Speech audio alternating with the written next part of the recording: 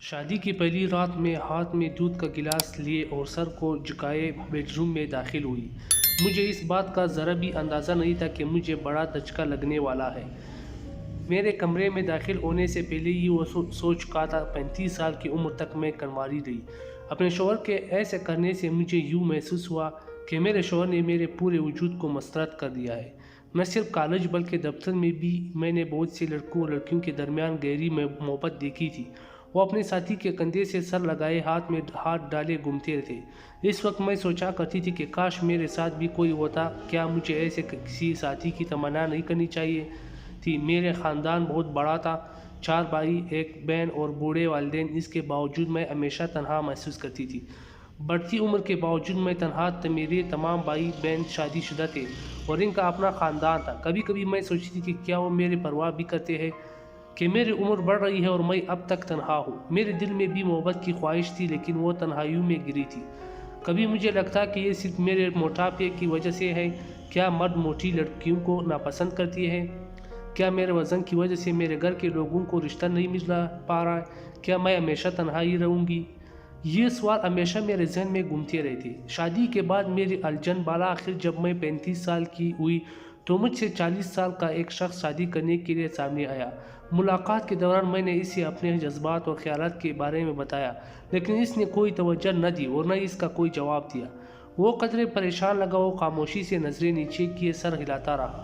میں نے سوچا کہ آج کل خواتین سے زیادہ مرد شرمیلے ہوتے ہیں اور میرا ہونے والا شوہر بھی ویسا ہی ہے۔ شاید اسی لیے اس نے کوئی جواب نہیں دیا، لیکن شادی کی رات ہونے والی واردات نے مجھے الجھن میں ڈال دیا۔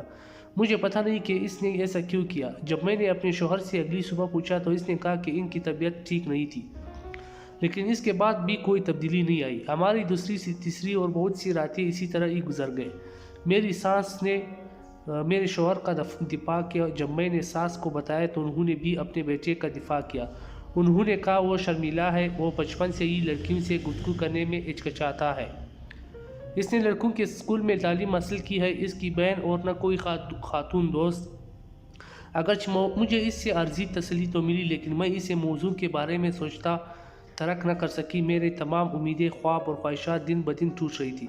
میرے بے چینی کا واحد سبب جنسی تعلق نہیں تھا۔ وہ مجھ سے بات بھی کم کرتا تھا۔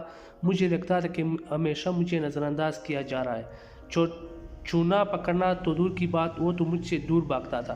میرے صبر کا پیمانہ لبریز ہونے لگا کہ میرا وزن ان کے اس رویے کا سبب ہے۔ کیا انہوں نے مجھ سے کسی دباؤ میں شادی کی ہے؟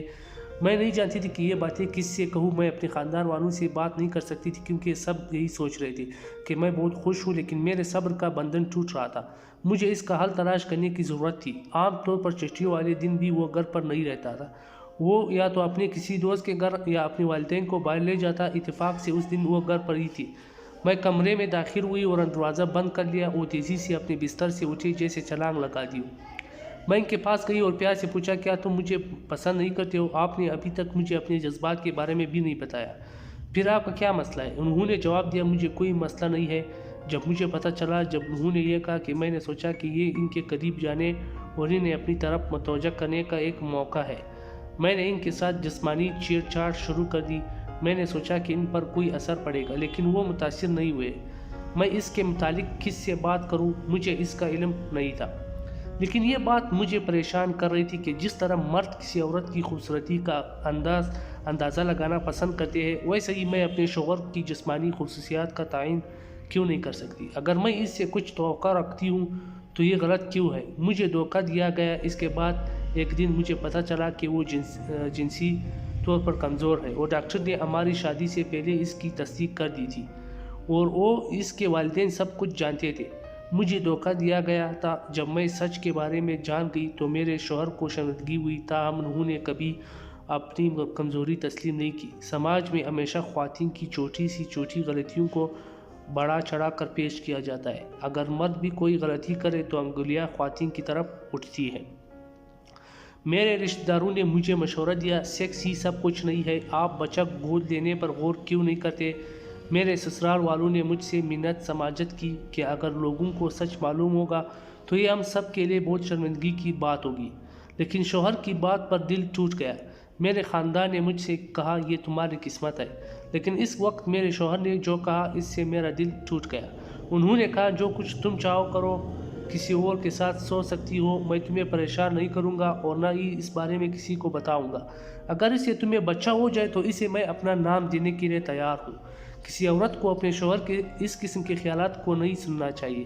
وہ بے ایمان تھا اور وہ اپنی اور اپنے خاندان کی عزت کی حفاظت کے لیے یہ کہہ رہا تھا۔ وہ میرے پیروں پر گر کر رونے لگا اور کہا، پلیز یہ بات کسی کو نہ بتانا اور نہ مجھے طلاق دینا۔ اس نے جو تجویز دی اس کا تصور بھی نہیں کر سکتی تھی۔ اب میرے سامنے دو ہی راستے تھے، میں اسے چھوڑ دوں یا پھر اسے اپنی زندگی کے ساتھی کے طور پر قبول کروں اور اپنی خواہشات کو قربان کر دوں۔ آخر کار میرے جذبات کی جیت ہوئی، میں نے اپنے اس نام نہاد شوہر کا گھر چھوڑ دیا۔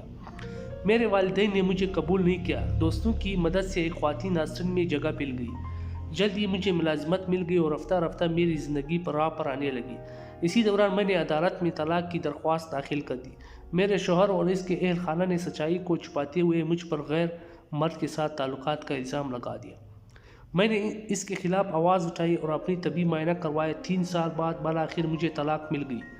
میں نے محسوس کیا کہ میرا دوسرا جنم ہوا ہے۔ آج میں 40 کی ہوں اور اب بھی کنواری ہوں۔ اسی دوران بہت سی مردوں نے مجھے رابطہ کیا اور ان کا خیال تھا کہ میں نے اپنے شوہر کو اس لیے چھوڑ دیا کیونکہ اس سے مجھے جنسی تسکین حاصل نہیں ہوئی۔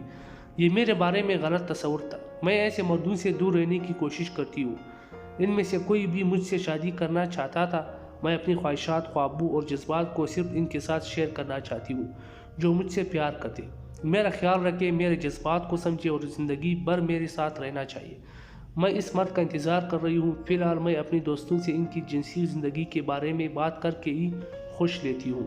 بہرحال ایسے لوگوں کی کوئی کمی نہیں ہے جو میرے بارے میں سیکس کی تعلق سے سوچتے ہیں۔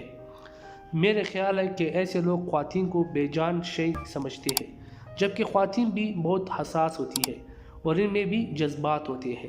جزاک اللہ۔